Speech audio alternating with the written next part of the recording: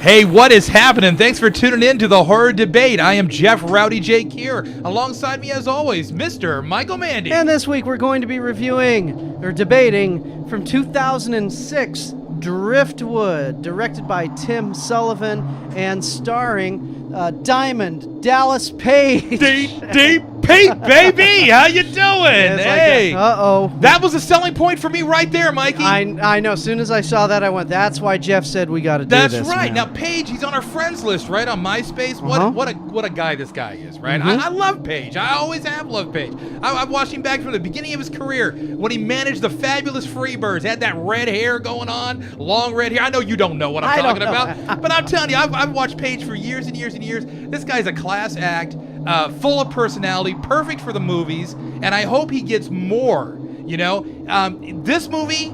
Okay, well, first of all, let's break it down, Mike. Go ahead, break down. What's the plot? The plot of this film is it's basically a juvenile hall type film, brought back lots of bad memories. For you, maybe. And it's basically about a kid whose parents send him. It's not really juvenile hall. It's one of those tough love centers, the ones that Gene Simmons from Kiss is always threatening to send his kids to if they mess up. Yeah. It's one of those tough love centers.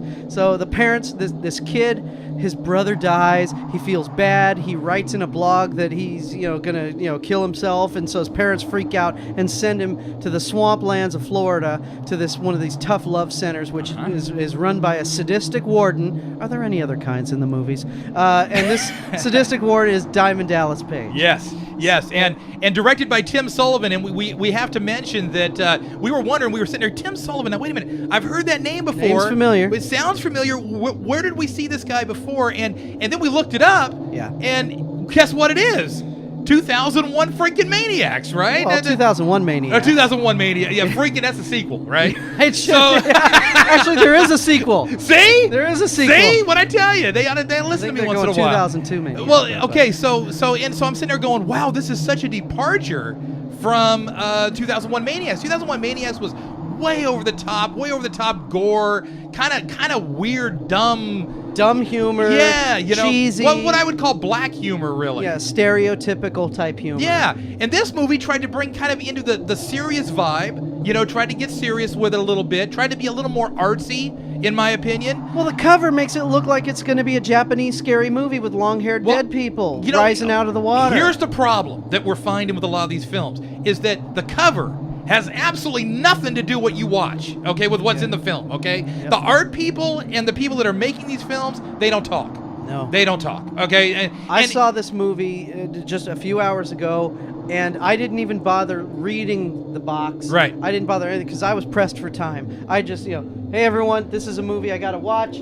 I'm watching it right now. Jeff's coming over in 2 hours. Are you saying you're a busy guy, Mike? I'm a busy guy. So I didn't even bother reading. They said, "What's it about?" And I said, "I don't know." Who's in it? I don't know. What's it directed by? I don't know. I went into this totally in the dark. So Which is a good way to do it. Not really. Kinda. I just saw the cover. Well, okay. And that set me up. But the only reason I expected it to have a scare in it. You're saying that, and hold on now, don't go there yet, man. I'm getting there, okay? Now you're right though. You look at the cover and then you watch the film, and if that's all you have to go on, you're confused. You think you put the wrong disc in. Oh hell yeah! I thought I put in that. What was that movie about the kids who were digging all the holes in the outback? My kids like that movie. It's about all the kids in Australia or whatever. Oh man, I can't remember. I know what you're talking about. Hooters or something like Hooters? Holes or Holes. Holes. Holes. That's right. Yeah, Hooters. Oh, sorry. Come on, don't talk about where we went to lunch, man. Come on, now let's talk about this. Tim Sullivan. Okay, so the guy tried to go serious on us. Yep. He tried to go a little artsy. He tried to go the little deeper acting. Okay, overall, did it work for you, Mike? If someone said, "Hey, this movie is up for consideration to be on the Lifetime channel," should we show it on Lifetime? Or maybe as an ABC after-school special? Now, I don't know. Back in the 70s, ABC showed these little morality movies, everyone. Yeah, okay, it's an ABC after-school special. It's for teens. It's a Lifetime movie or teens. It's not a horror movie. It's funny. It's a boring movie, but it's a drama. It's funny that you say that. And it wants to be Stir of Echoes so bad. What film doesn't want to be Stir of Echoes? Mike, I love that film. Yeah, I know. Now listen a second, okay? It's funny that you said that. It's funny that you said about the TV thing, because this was scheduled at one time, from what I've heard from many sources, this was scheduled at one time to debut on MTV. You're kidding me. This was going to debut on MTV. Why? Now, I don't see how they were going to do that. Number one, language.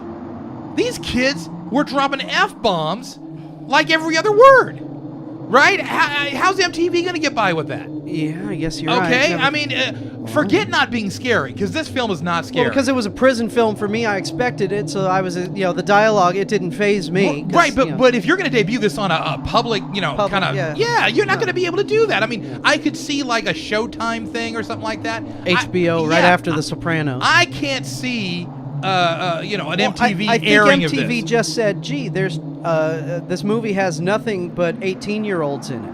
Right. And the main guy looks like Peter Brady. Well, exactly. Exactly. And that would be Ricky Ullman. Yeah. Right? So anyway, but I was disappointed in this film. I was disappointed in it, and I you know what's funny? I got to say this now. I rounded up the whole family for this thing. Okay? This is an all right family film. I rounded up the whole family for this thing because it had DDP in it, and the kids all love DDP. Right? They know DDP from the wrestling ring, right? So I said, here, Paige is in this movie. You got to watch it. Guys, the kids, we know who DDP is, right?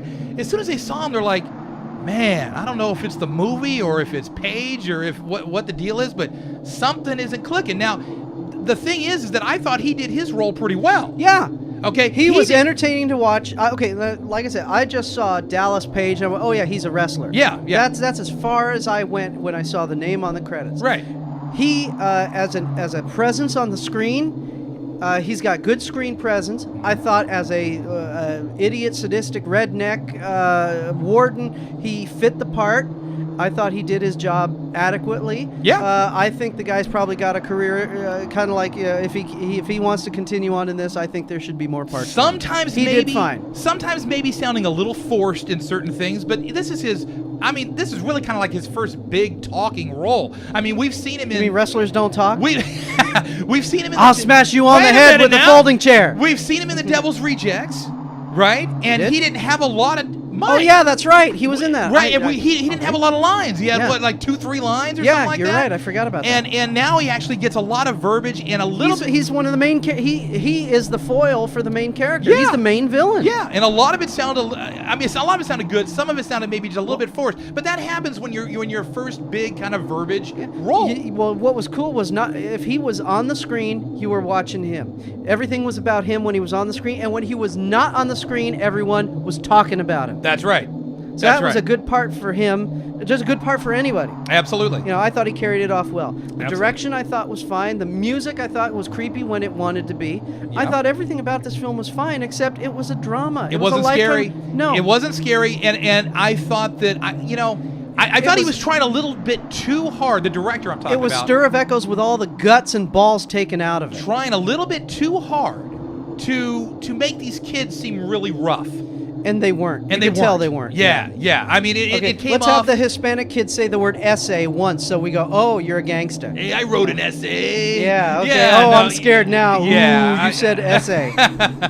So, I was a little bored, to be honest with you. I think even... A little? I was hugely bored. Well, the kids were even bored. They were fidgeting. They're like, oh, come on. I want to see a diamond cutter, Dad.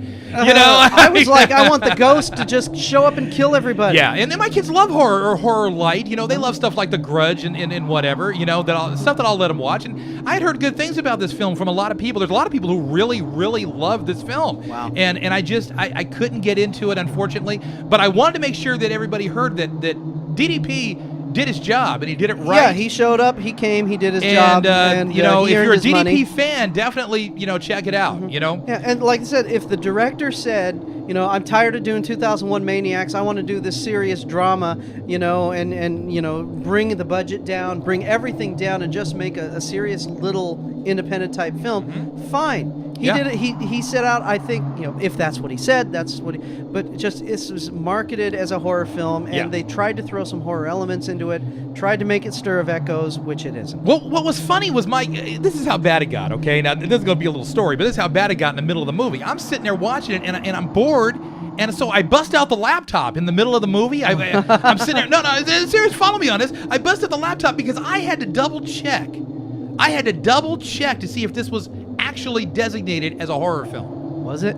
It is. And Tim Sullivan has done interviews. DDP has done interviews with other sites, and these hardcore horror sites, that are putting this thing over. And I'm like, I don't get it. No, I'm not seeing it. It's scary for the Lifetime network, but that's not saying much. Yeah, and that's just it. If you want to look at this as a horror film, go see Stir of Echoes. Please go see Stir of Echoes, and then listen to our debate. How many stars, Jeff? You know what? I'm 2-star in this thing. Yeah. I wanted to like it more. I didn't, and it's too bad. Yeah. But it's a 2-star film. Yeah, as a horror film, it's a bomb. But Dallas Page did a good job, and the music was fine, the direction was fine. I mean, everything. But I'm torn. I'm probably going to give it a 1 star. 1 star. Yeah, it was definitely between a 1 and 2 for me. I'm going to give it the 2 just because of the performance of DDP. But yeah, this poor thing it just didn't work for me. Nope.